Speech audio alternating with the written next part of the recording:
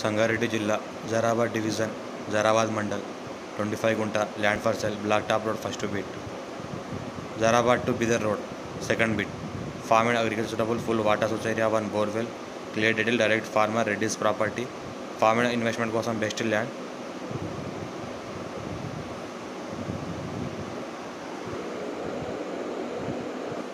మనకు హైదరాబాద్కి just 80 kilometer డిస్టెన్స్లో ఉంటుంది.